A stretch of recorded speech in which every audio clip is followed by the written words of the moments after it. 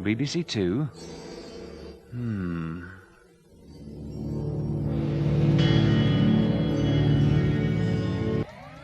This is Weird Night.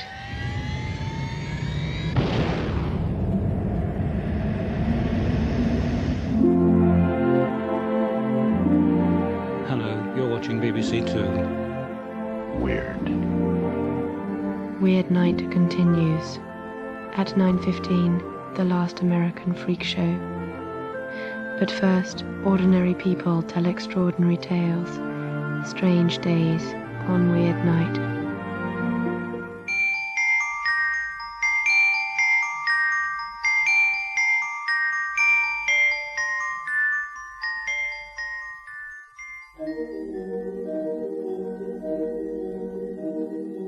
I was at home one day when the telephone suddenly rang.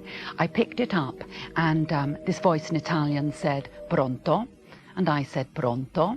And a little taken aback, the person said, "Excuse me, but is that the dry cleaners shop in Via Pezzana?" And when she spoke, I recognized that this was a woman who I had been very friendly with during the years that I'd lived in Rome, but we had subsequently fallen out and hadn't spoken or seen each other for many years. And I said, "Maura, is that you? It's me, Vida." And she said, "Vida? What on earth are you doing in the dry cleaners shop in Via Pezzana?" And I said, "Maura, I'm not in the dry cleaners shop in Via Pezzana.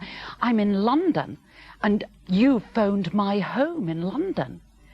Well, she was absolutely staggered, as was I, because as she went on to explain, she had no idea that I was living in London at all, let alone did she know my phone number there.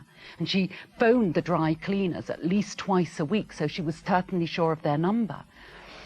Well, as you can imagine, we were both absolutely staggered by this extraordinary quirk of electronic fate. And we really believed that it was for some sort of purpose. And we thought that it probably meant that we would renew our friendship in a way that was deeper and more valuable, you know, than it had been before. But that didn't turn out like that. And in fact, we haven't spoken or seen each other in 4 years. I'm a bookseller. I work in the book market on the South Bank in London under Waterloo Bridge. And I was setting out my stall one day. I had a big armful of books and I was setting them out one by one all along the table. And an old lady approached me and she came up to me and she said, you know, "What days are you here and how long's the book market been here, etc." And she was telling me how the area had changed since she last knew it. She'd got married after the war, she'd gone to Canada, and this was her first time back, and everything had changed. She thought it was amazing. And I was talking to her, and I was still laying out the books, and the one I laid out was called The Language of Flowers. And she looked at it, she says, "Oh, I had a copy of that when I was a little girl." She says, "I really loved it. It was a constant companion. I'd love to replace my copy. Looks very similar." And she picked it up and began to look through it, and I carried on just laying out the books while she did it. And when I finished, I looked back, and she was standing there with the book in her hand like this, and her other hand on her mouth, and she was all sort of almost shaking, and something was wrong. And I went up to her, I says, "What's wrong, madam? What's the problem?" She said, This is my book." She says, "This is my actual book. Look, it's got my name in it, Hetty." But she says, "How did you get the book? Because we lost this book in the Blitz. Our house was completely bombed. All our belongings, we just left them because it was just a pile of rubble. We never took anything away. How on earth did you get this book? Because it is definitely mine. Here's it," you know. She showed me the little annotations, and we were talking about the book, and she showed me the little drawing of a bush or a tree or something, and she'd put it there in the back. So she said, "Oh, I've definitely got to have this book. I just can't believe it," she said. So she pulled out a purse and was going to pay me. I said, "Oh no, please." I said, "Look, honestly, I couldn't take that. Please accept it as a gift from a bookseller because it's a wonderful story." I was playing George III in The Madness of George III by Alan Bennett at the Theatre Royal York about 5 months ago. In the play, George III is treated for his insanity by a doctor called Dr. Willis. Just before curtain's about to go up, I start to get these chest pains and have a lot of difficulty with my breathing.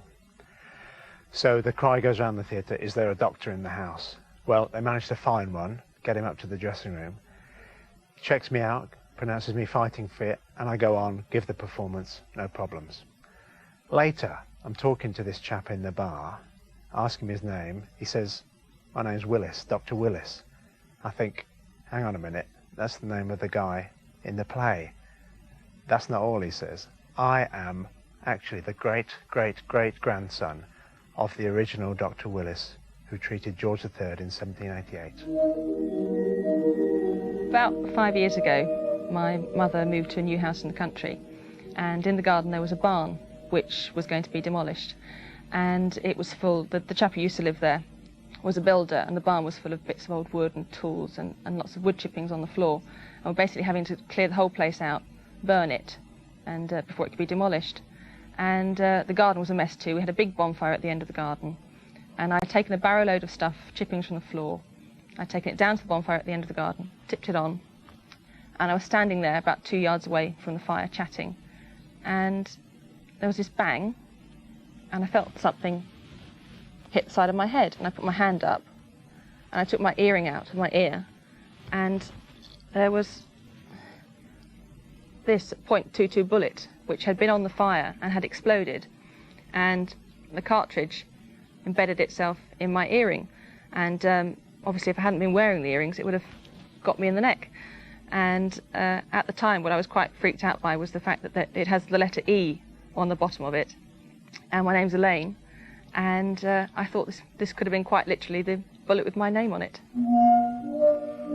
I was walking along the road in Folkestone where I live, and there was a phone box in the street ringing.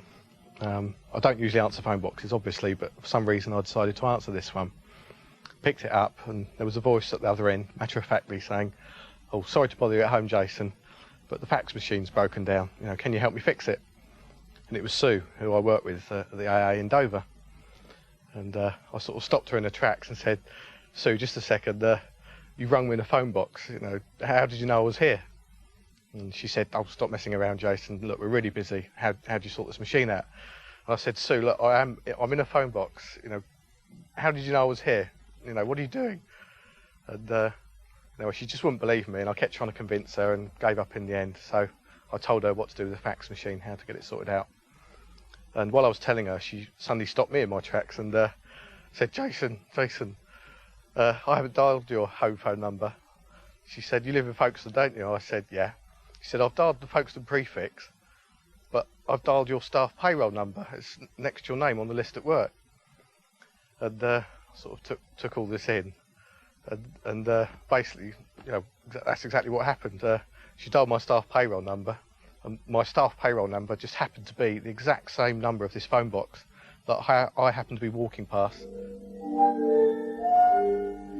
I was on a train coming back from a day's shopping and looking forward very much to having a cigarette.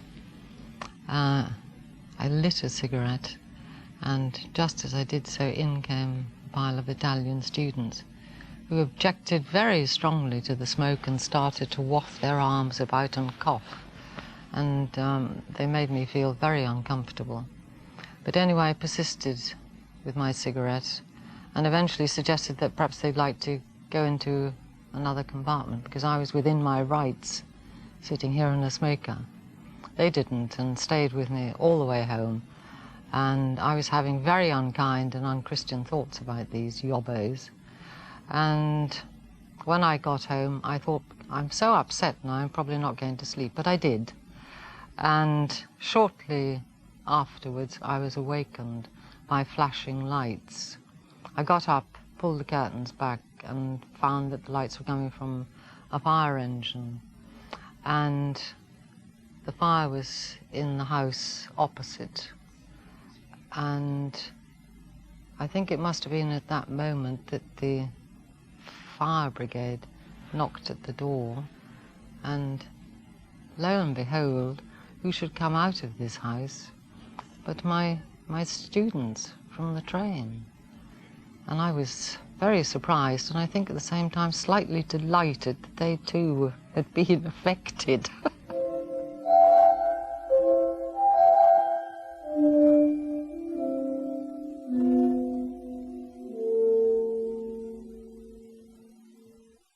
God, look, that's so weird. Weird, that is. Oh, genuinely weird. Have you seen this? Weird. Very, very weird. Look at it. Ooh. Oh, no, it is it's like so weird. Oh, you're right. It really is, isn't it? Oh, God.